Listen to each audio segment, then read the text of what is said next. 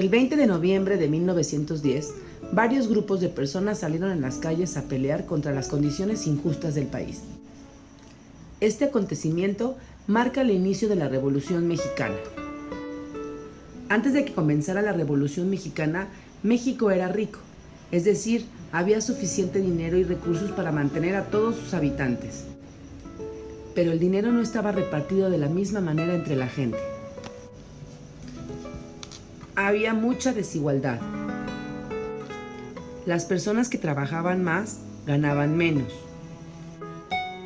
Y las personas que trabajaban menos ganaban más. Las personas hacían lo que el gobierno decía, como votar por el mismo presidente varias veces. Por esa razón, el presidente Porfirio Díaz duró en su cargo 31 años. Porfirio Díaz estuvo como presidente del 29 de noviembre de 1884 hasta el 25 de mayo de 1911. Durante la presidencia de Díaz, el país vivía en una dictadura, es decir, el pueblo no podía participar en asuntos de gobierno, como votar libremente o hablar mal de alguno de sus gobernantes. Los obreros recibían malos tratos e injusticias, trabajaban durante muchas horas al día en lugares inseguros y sucios por escaso salario.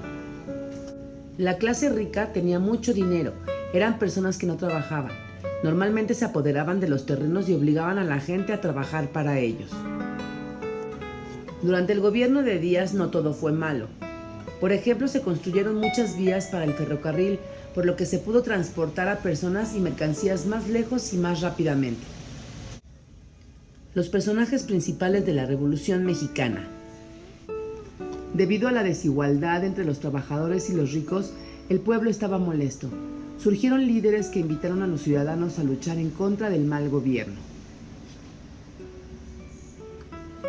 Francisco I. Madero buscó que el trato de los campesinos fuera justo. Emiliano Zapata defendió las tierras de los campesinos del sur. Francisco Villa luchó a favor de los campesinos en el norte del país.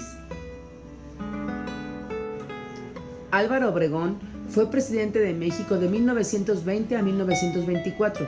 Gracias a él, el país contó con más escuelas y fábricas, con las que benefició a los obreros. Venustiano Carranza promulgó la Constitución de 1917, que es la que rige a nuestro país en la actualidad. La revolución nos dio más libertades. Después de ella, México empezó a parecerse más a como lo conocemos ahora, gracias a la Constitución promulgada durante la Revolución. Con la promulgación de la Constitución de 1917, se logró el derecho al voto, el derecho a la educación gratuita, derecho a la salud, derecho a la justa repartición de dinero, derecho a la libertad de expresión. Cada año en México se celebra el inicio de la Revolución porque con ella se reconocen los derechos antes inexistentes. La Revolución Mexicana fue un movimiento en el que el pueblo luchó por cambiar las condiciones injustas del país.